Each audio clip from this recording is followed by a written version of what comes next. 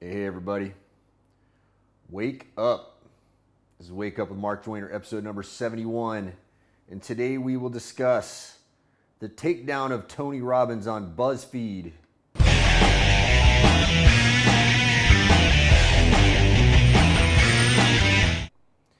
Okay, before we start this thing, let me add a couple of disclaimers here, all right? Some of this is very important. First off, I have not done a very deep dive of this article yet, nor have I looked at all of the supporting material completely yet. I do not have a full opinion yet at this point.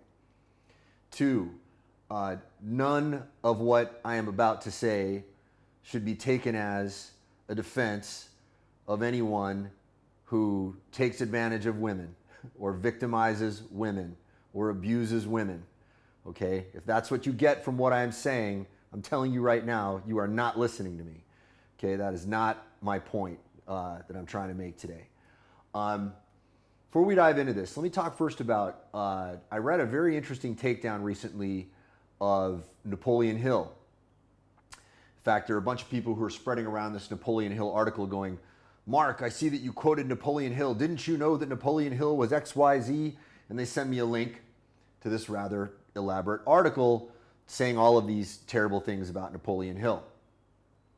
Now, one thing I noticed about this article is that absolutely none of it was substantiated with primary source documentation. Okay, none of it. I didn't see any primary source documentation to back up any of the claims about what was being said about Napoleon Hill. Okay, now, does that mean it's all untrue?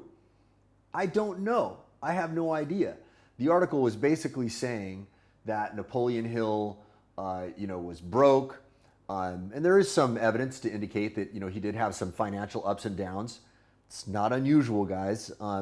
Most of the very successful people I know in business have had extreme swings up and down. I've seen guys have millions to nothing to deep in debt to back in millions again. Okay? It is not unusual. That does not make Napoleon Hill a bad guy if that was in fact the case about him. And I do believe it was true. As I understand it, W. Clement Stone did have to bail Napoleon Hill out later on in Napoleon Hill's life. And W. Clement Stone gave Napoleon Hill a couple of interesting opportunities by doing some co-publishing with him and repopularizing some of his stuff to help Napoleon Hill out in his later years. It sounds like a nice thing for a guy to do who's down on his luck. Does it mean Napoleon Hill was a bad guy because he fell upon tough financial times? No. Does it mean that Napoleon Hill's stuff doesn't work?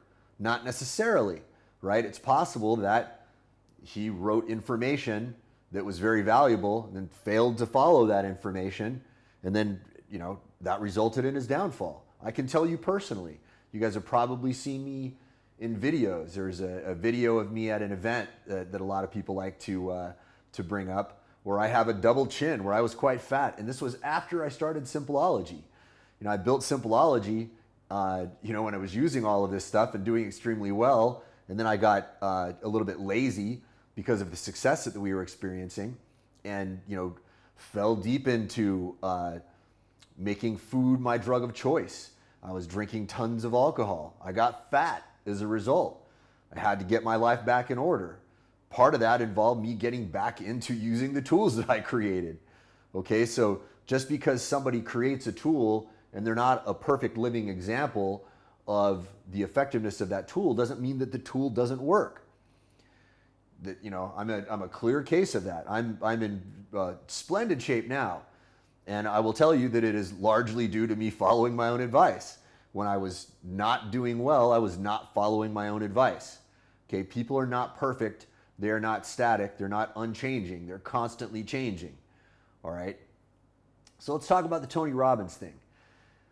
My first blush reaction to this Buzzfeed article, first, I am not exactly an unbiased observer of Buzzfeed. I am not a fan of Buzzfeed. I see them put out all kinds of salacious stuff all the time that to me largely reads like hit pieces. Okay, what they do is they do what almost all journalism does today, by the way. It's a real shame that we don't have people out there doing the real hard-hitting, honest stuff anymore. What we see a lot of times is people taking information out of context changing the meaning of it because they've taken it out of context, drawing a completely different conclusion from what is supported, by the actual information that's available. I'll give you a great example of this. If you look at scientific journalism, you hear me probably, gripe about that from time to time. I don't like griping, by the way. I don't think it's the healthiest way to deal with things, but there are certain things going on in the world that we need to point out, that we need to be aware of. We are failing ourselves if we do not point out some of these particular problems.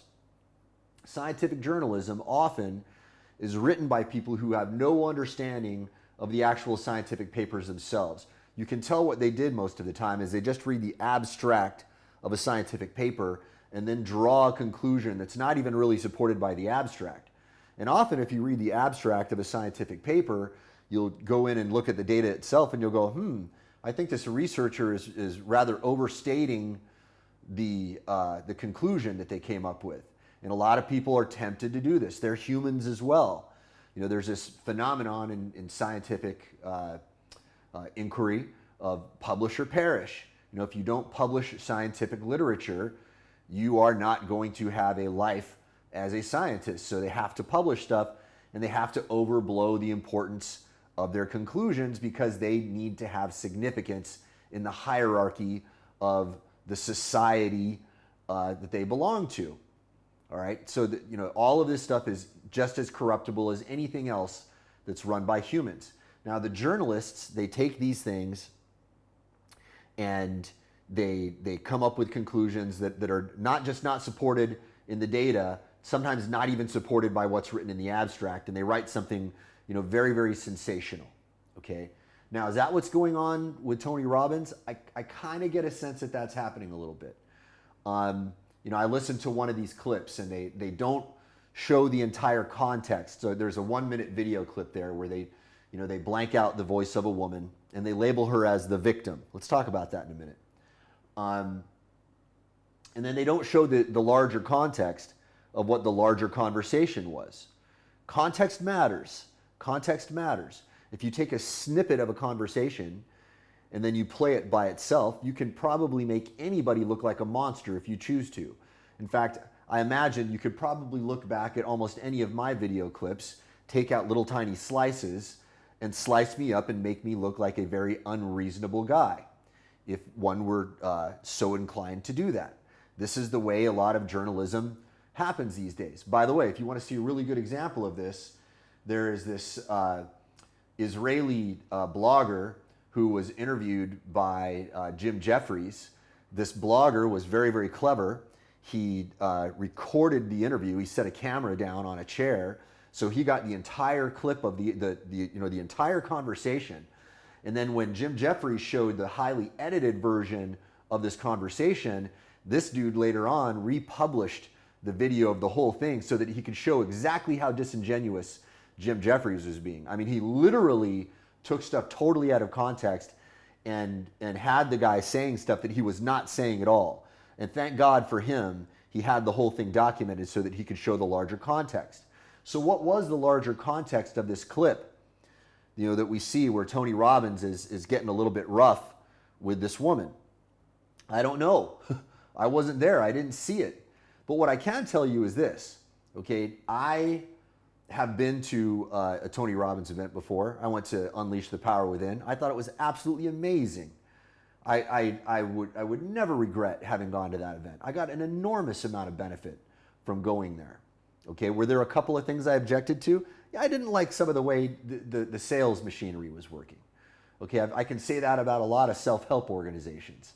There are a couple that I would name right now that would probably be a bit of a digression where I could say, hey, there's tremendous benefit I got from attending their events, but I don't like the pushy way they sell stuff sometimes. I can separate those things. I can separate it. Am I going to have a real serious problem with Tony Robbins because I didn't like some of the things that he said in his sales pitch? No. I got so much out of that experience, and I have a lot of mutual friends with Tony Robbins. I don't know the guy personally myself, but I know a lot of people who know him very, very well. And I've heard nothing but wonderful things about the guy. I've got nothing but huge benefit from reading his materials, from listening to his lectures, from attending one of his events. Nothing but great benefit from it. The whole thing has been a message of empowerment. And what I took from that little video clip that I saw, he was taking a woman who a lot of people will want to label as a victim. Now, let's get back to that in a second. I keep tagging that, and I want to come back to this word victim. It's very, very important that we unpack this. He was teaching her to not be a victim. I think that's an enormously valuable thing to do, regardless of what the reality was of whatever abuse she experienced, right? I don't know whether she was a legitimate victim of abuse, all right, or whether or not she was in a co-abusive relationship, that happens often, or whether or not she was making it up, right? Now, some people are going to gasp when they say that. How dare you say that a woman might make up an allegation? Never or always believe the victim. This is one of these really interesting statements coming out. I'm sorry, I think that's absolute rubbish. Okay, there's a reason why we have due process in society. It's because people do sometimes lie to get attention and to blame other people or to cause problems for other people. Okay, I can name names of people I've seen do that. I will not do that for the sake of some of these people still being alive. I have personally witnessed that. Okay, people very close to me. That's a real phenomenon. It exists. Again, this is why we have due process in the law. All right, if we just believed everybody who claimed to be a victim, think about what the consequence of that is. That means that anybody has the power to destroy someone's life by saying, that person did this to me, I'm a victim, don't doubt me, because you never doubt the victims. You sure that's the world you want to live in? You sure that's a smart idea? I don't think you're thinking that through if you think that that's the way things should be organized, okay? Due process is a really, really good thing. Now, does the legal system always work out the way we say it should? No. Often the legal system goes to who has the money to pay for the highest lawyer, the best lawyer. That's the reality of the legal system, I'm sorry to say. But still, it's a good thing we at least have the veneer of due process there. Even though the legal system is broken, there's a reason for that system being there when it's functioning at its best, which is not all the time, okay? So let's go, okay, victim. Let's talk about that word, all right? When we say blame the victim, we're making the assumption that that person is a very black and white, victim of a crime. When we hear that word, we think, well, there's a terrible person that did something to this really nice person, and this person over here is the victim, okay? Is it always that simple? Sometimes it is. Sometimes it is. And when this person has been genuinely abused without any justification for it whatsoever, or without any co-participation on their part, that is a horrible thing. It's an injustice. There's no excuse for that. Absolutely no excuse at all. But when we say you're blaming the victim, we're assuming that we know the entire context surrounding what happened between these two people. And we don't. Sometimes even when we have video, we don't know the entire context of what happens in between people. If you guys remember that whole Covington Catholic school thing, the news media was just beside itself with the white privilege on display by this young man who was standing there, and they edited it and they made it look like the young man went to go confront this Native American man. When in reality, the video clip showed later on that the young student was just standing there with his buddies, and they were all cutting it up the way a bunch of young high school kids would. And then the Native American man approached them banging his drum. The young man didn't move. He simply stood there as the young man had, after he had approached him, banging his drum. But the way that it was presented to us took out all of that context. All we saw was this little kid, and they made it look like this kid was confronting the Native American man. Now, it turns out, by the way, that the Native American man may have also been a guy who claimed he was a Vietnam veteran, okay, when he actually never went to Vietnam. He said, I'm a Vietnam vet. Well, he later recanted and said, I'm a Vietnam era vet. I was in the military, and I wasn't even in combat arms during the Vietnam era. but there are recordings of the guy saying, I am a Vietnam vet, okay? Now, is the guy a bad guy? I'm not going to say anything about that either, okay? But I'm giving you more context. So what is the reality of Tony Robbins, and what should I do about it? Has the guy behaved imperfectly? I don't know. It's possible. In fact, it's probable. I'm sure the guy has made some mistakes from time to time. Are there any perfect leaders out there who don't make mistakes? This is why even when I'm not a fan of Bill Clinton's politics, but when people were, attacking him because of the Monica Lewinsky thing, I was a little bit more understanding. I was like, well, you got a guy who you give the most powerful position in the world to, and the enormous stress that he's under, is the guy going to misstep a few times here and there? Probably. Okay, does that excuse it? Does it make it okay? No. But I also can understand it. Does it mean that I'm going to judge the guy solely on the merits of that one interaction? Of the fact, whatever one thinks of Bill Clinton, am I going to judge him solely on the merits of his interaction with Monica Lewinsky? No, I'm not going to, because we're all enormously complex.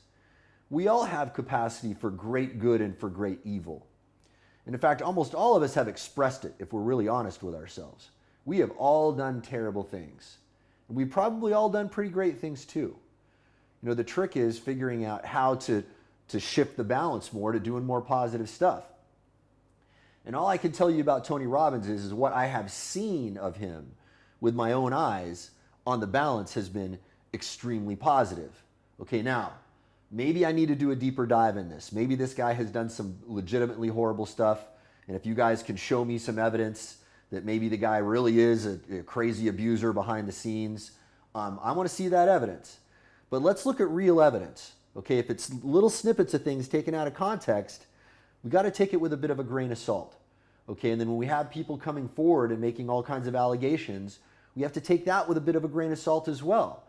Because I think we've seen, especially in recent years, as the media is getting more and more vicious every day, people often come forth and make allegations, and sometimes it turns out that those allegations were made in bad faith. Sometimes the statements were made in